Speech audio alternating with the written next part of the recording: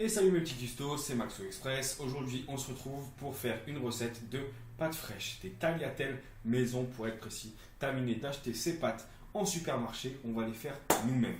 Vous allez voir, c'est rapide, c'est facile à faire et surtout, ça coûte pas cher et c'est succulent. Honnêtement, tout le monde va adorer votre nouvelle recette. Allez, on vous présente les ingrédients et puis après, on se met au fourneau. À tout. Alors, pour cette recette, on aura besoin de 400 g de farine. Je vous conseille la type 45, qui sera plus facile à travailler. 4 œufs, environ 5 à 10 centilitres d'eau, ce sera juste à rajouter au cas où on ait besoin. Une pincée de sel et un petit peu d'huile. Pour l'huile, ce sera pareil, ce sera une cuillère à peu près juste pour pas que ça colle. Et on aura besoin d'un cul de poule pour travailler dedans. Voilà. En gros, il faut compter, pour la recette des pâtes aux œufs, il faut compter à peu près un œuf pour 100 g de farine, délié avec un petit peu d'eau. Voilà. On passe directement au mélange et ensuite à la confection de la pasta. A tout de suite. Alors voilà, on a mis 400 g de farine dans le bol. On va faire un puits. Hop, avec les doigts directement. Dedans, on va y mettre...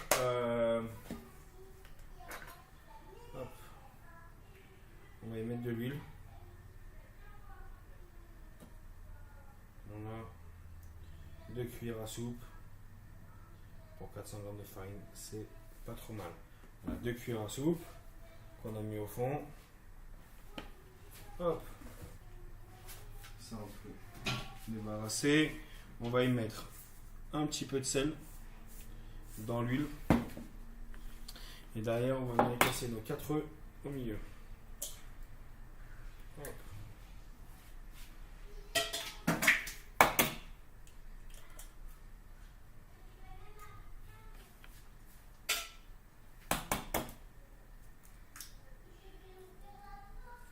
Ouh, il a gelé.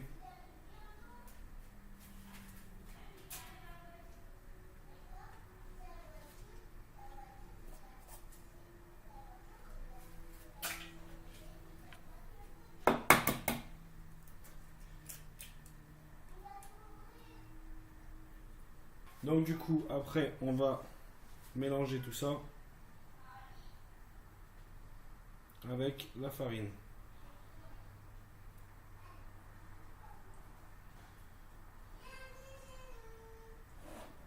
Hop. Et on va mélanger.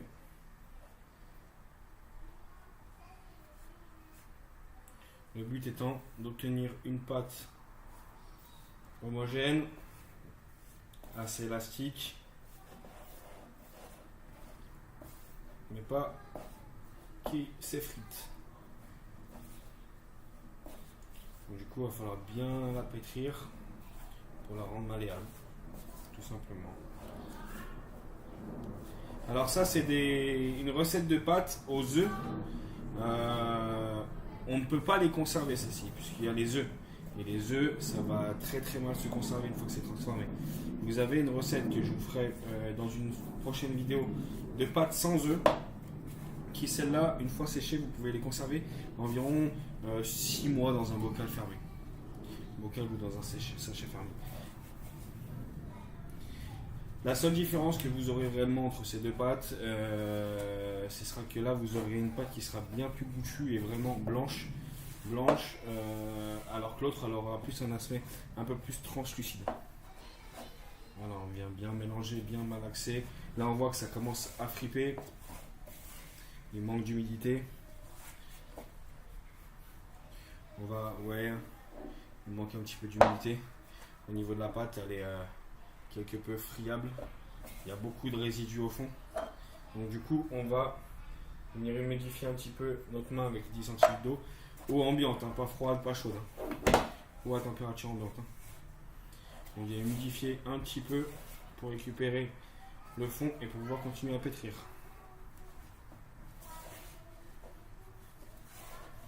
Le but, c'est de récupérer toute la farine qui est au fond et de pouvoir la pétrir en une seule pâte.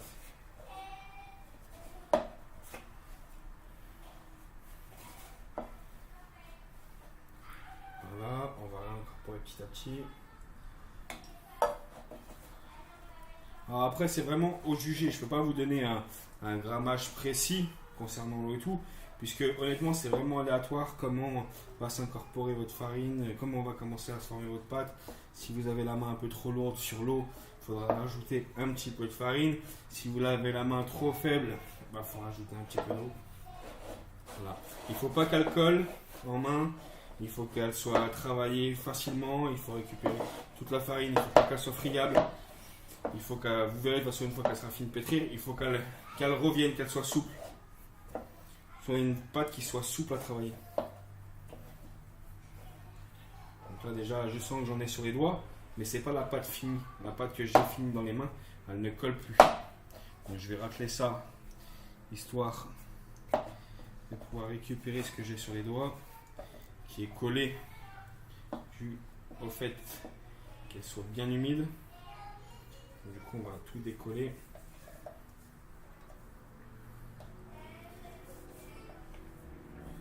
Hop. On vient décoller toute la pâte afin que tout vienne s'incorporer dans notre pâton. Alors pour ceux qui ne connaissent pas les termes techniques, le pâton, ce sera la boule qu'on va obtenir à la fin. Ce sera la boule de pâte qu'on aura une fois qu'elle sera finie. Ce sera un pâton. Ça, c'est un pâton. Hop, on vient récupérer la pâte qu'on a fait tomber qui était collée. Voilà. Alors, le but, c'est de la pétrir. Comment on pétrit une pâte? On l'écrase et on vient essayer de la rouler sur elle-même. Voilà, on l'écrase et on pousse. On écrase, je vais mettre un petit peu plus dans la caméra. On écrase et on pousse devant et on ramène dessus, voilà, et là on pétrit une pâte. Il faut vraiment y aller fort. Vous verrez, c'est une pâte qui n'est pas très élastique, qui est assez dure, et du coup il va vraiment falloir la travailler un maximum pour ne pas qu'elle s'effrite et qu'elle devienne assez malléable. Et du coup c'est une pâte qui va être dure à travailler au début. Il va vraiment falloir la pétrir correctement. Je finis de pétrir la pâte et puis quand le pâton est prêt, on reprend la vidéo pour que je vous le présente. Hop. Voilà, au bout d'environ 7 à 10 minutes de pétrissage, vous allez avoir une pâte qui commence à se travailler toute seule et qui devient bien molle, bien lisse, bien homogène. Et du coup, vous la sentez, elle devient élastique sous la peau. Vous la sentez dans la main, elle devient vraiment très élastique. Et du coup, on va vraiment pouvoir faire un beau pâton avec ceci. Hop. Voilà. Donc, du coup, on va avoir une pâte qui va être vraiment bien belle, bien lisse. On la sent quand on la tire. Alors, on la tire, elle reste bien moins propre. Mais vous voyez, hein, quand on appuie dessus, elle revient. Elle revient bien. Elle est bien élastique, bien propre. Du coup, cette pâte, qu'est-ce qui va se passer avec? Ça va être très simple. On va la mettre dans du cellophane. Et on va la laisser au minimum 30 minutes au réfrigérateur, au minimum. Au mieux, c'est de la laisser 1 heure voire 2 heures avant de l'utiliser. Ça va permettre à la pâte de reposer, de se lever tranquillement, et elle n'en sera que meilleure. Parce que du coup, si vous la travaillez tout de suite, ça le fera, hein. Vous pouvez la travailler tout de suite, hein. Mais vous verrez que vous aurez des pâtes qui sont lourdes. J'ai vu énormément de recettes de pâtes maison sur internet. On zappe cette phase de repos. Pour une pâte, le repos c'est important, c'est là où elle va travailler, c'est là où elle va pousser, c'est là où elle va. Là, quand on fait une pâte avec de la levure, c'est sur le repos où elle pousse, donc où elle grandit, où elle se développe, où les bactéries se développent dedans pour qu'elles deviennent légères. Là, une pâte qui vient d'être pétrie, c'est pareil, il lui faut un temps de repos. Et une fois que votre pâte a été pétrie, qu'elle est bien souple et qu'elle est mise en cellophane, et vous n'avez plus qu'à la réserver au frais pendant environ 30 minutes à 1 heure avant de la travailler. Voilà, on se retrouve d'ici 1 heure pour pouvoir travailler la pâte. Allez, à tout à l'heure. Et voilà, du coup on se retrouve avec notre pâton qu'on vient de sortir du frigo, qui a fini de lever pendant une petite heure tranquille, de reposer pépère dans son cellophane. Du coup on va pouvoir le travailler, donc on va avoir besoin de notre pâton, on va avoir besoin d'un petit peu de farine pour fleurer le blanc. On va avoir besoin d'un rouleau à pâtisserie, on va avoir besoin d'un couteau pour tailler les bandes et d'un plat pour réserver nos bandes de pâte. Donc moi mon plat, je vais passer sur le deuxième plan de travail qui est derrière, que vous avez l'habitude de me voir travailler dessus. Mais celui-ci est plus grand, donc pour étaler la pâte, c'est plus pratique. Donc on va séparer ça. Hop, comment ça va se passer? Très simple. Notre pâton, on va le diviser pour commencer. Donc là, on va ouvrir la pâte. Tranquillement, on voit qu'elle a bien levé. Hop, tranquillement, qu'elle est restée bien molle. Nickel, elle est parfaite. Du coup, comment ça va se passer? On va la tailler en petites boules. Moi, je vais la couper en 4. Voilà. On voit, hein, la pâte est vraiment belle. On va la couper en 4. On va faire 4 petits blocs. Nickel. Hop, ça on va mettre de côté. Et du coup, on va les travailler un par un. Donc, pour commencer, on va fleurir le plan de travail. Qu'est-ce que c'est fleurir le plan de travail? C'est très simple, c'est prendre de la farine et venir étaler dessus. Voilà. Ça, c'est fleurir le plan de travail. Et du coup, une fois que c'est fleuré, on va prendre notre pâte et on va venir l'aplatir dessus comme si on faisait une galette. Tranquillement, on va venir l'aplatir pépère. Hop. Et du coup, on va venir ce qu'on appelle abaisser la pâte. Donc on va on va passer le rouleau pour qu'elle soit très fine. On va l'abaisser, on va la rendre très fine. Et pour des tagliatelles, plus c'est fin, mieux c'est. Parce qu'oubliez pas, c'est de la pâte. Donc du coup, quand ça va cuire, ça va gonfler. Donc il faut vraiment qu'elle soit très fine pour que la pâte, quand elle cuise, elle soit pas trop épaisse. Et du coup, si c'est trop épais, eh ben, c'est pas bon. Hop, allez, on va bien l'aplatir, bien l'abaisser. On va faire une belle bande. Alors attention, le petit pâton, ça doit devenir une bande très large et très longue. Vous allez voir, ça va devenir quelque chose qui va prendre à peu près cette place-là. C'est une pâte qui devient très élastique. N'hésitez pas, si vous voyez qu'elle redevient un peu jaune, remettez de la farine pour qu'elle soit blanche et qu'elle ne casse pas. Hop, allez, on abaisse.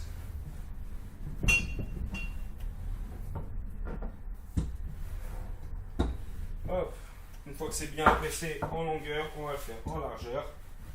Hop.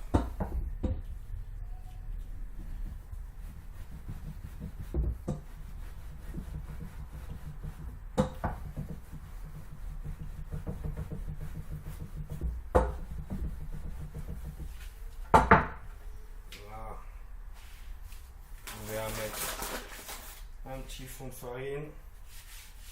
Hop là. Alors pareil, il faut la fleurer certes, mais il ne faut pas y rajouter 8 kg non plus. Parce que du coup, sinon on va avoir une pâte qui va être très épaisse et très lourde. Nous, ce qu'on veut, c'est avoir une pâte qui soit au maximum légère.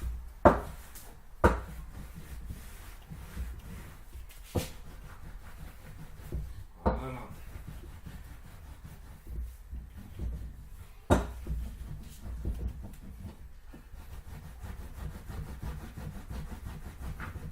On aplatit bien. Je fais une pâte qui soit très fine.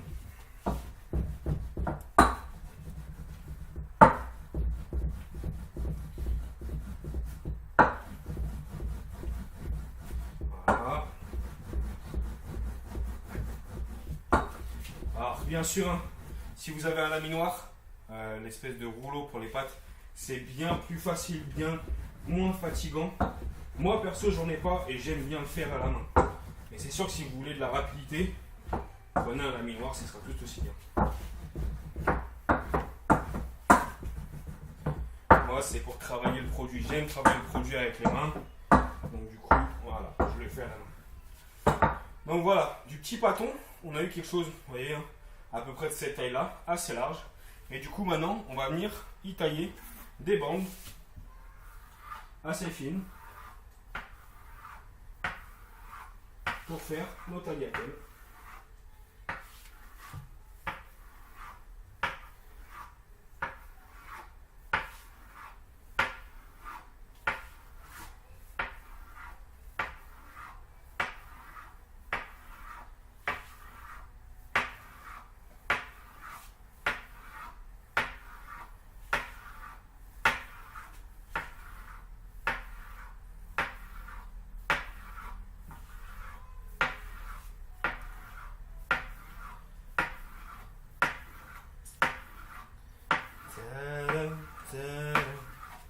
Et voilà. Du coup, on a taillé nos pâtes. Comme vous voyez, si on passe le couteau dessous, hop là, ça fait des pâtes bien belles, bien fraîches. Et du coup, on n'a plus qu'à les réserver pour la cuisson.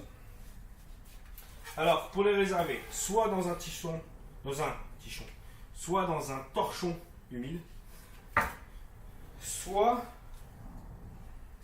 vous allez les mettre dans un plat. Mais si vous les mettez dans un plat, il faut que dès que vous avez fini de les tailler, vous les fassiez cuire. Parce qu'elles vont sécher. Hop. Moi, du coup, je les mets dans un plat, parce que je vais les cuire tout de suite. Vous voyez, je vais les mettre à plat, sans les écraser. Il faut que ça reste léger pour pas qu'elles se collent entre elles et bien farinées. Voilà. Je fais les 3 autres boules et on se retrouve après pour la cuisson. Et voilà, nos 4 petites pâtes, nos petites boules de pâte ont été abaissées. Du coup, toutes les tagliatelles sont taillées, on les voit, on a un beau plateau. Niveau quantité, on a à peu près ce qu'il faut là, on a ce qu'il faut pour 4 personnes. Donc, ne vous inquiétez pas, 400 g de farine, 4 œufs, avec tout ce qui va bien, hein, le sel, un petit peu d'huile, machin. Vous avez ce qu'il faut pour 4 personnes. Allez, maintenant, on passe à la cuisson. Donc, on se retrouve sur le plan de cuisson, on a l'eau qui est en train de bouillir, nos pâtes fraîches. Du coup, on va les plonger dedans. On va les délier gentiment en même temps de les plonger dedans pour pas qu'elles collent. Hop. Et même si c'est des pâtes fraîches, on va les laisser cuire. C'est-à-dire on les laisse pas 2 minutes et on les sort. Il y en a pour à peu près 4 à 5 minutes de cuisson. Voilà. On les plonge dedans. On les touille sans trop forcer parce que sinon on va les casser. On va les touiller légèrement et on va laisser cuire. On se retrouve quand les pâtes sont cuites et direction le dressage. À tout de suite. Et voilà, les pâtes sont cuites. Du coup, on les a montées dans une assiette, un petit rouleau. Il n'y a plus qu'à les agrémenter d'une petite sauce et d'un petit peu de fromage râpé et à déguster. Sur ce, bon appétit!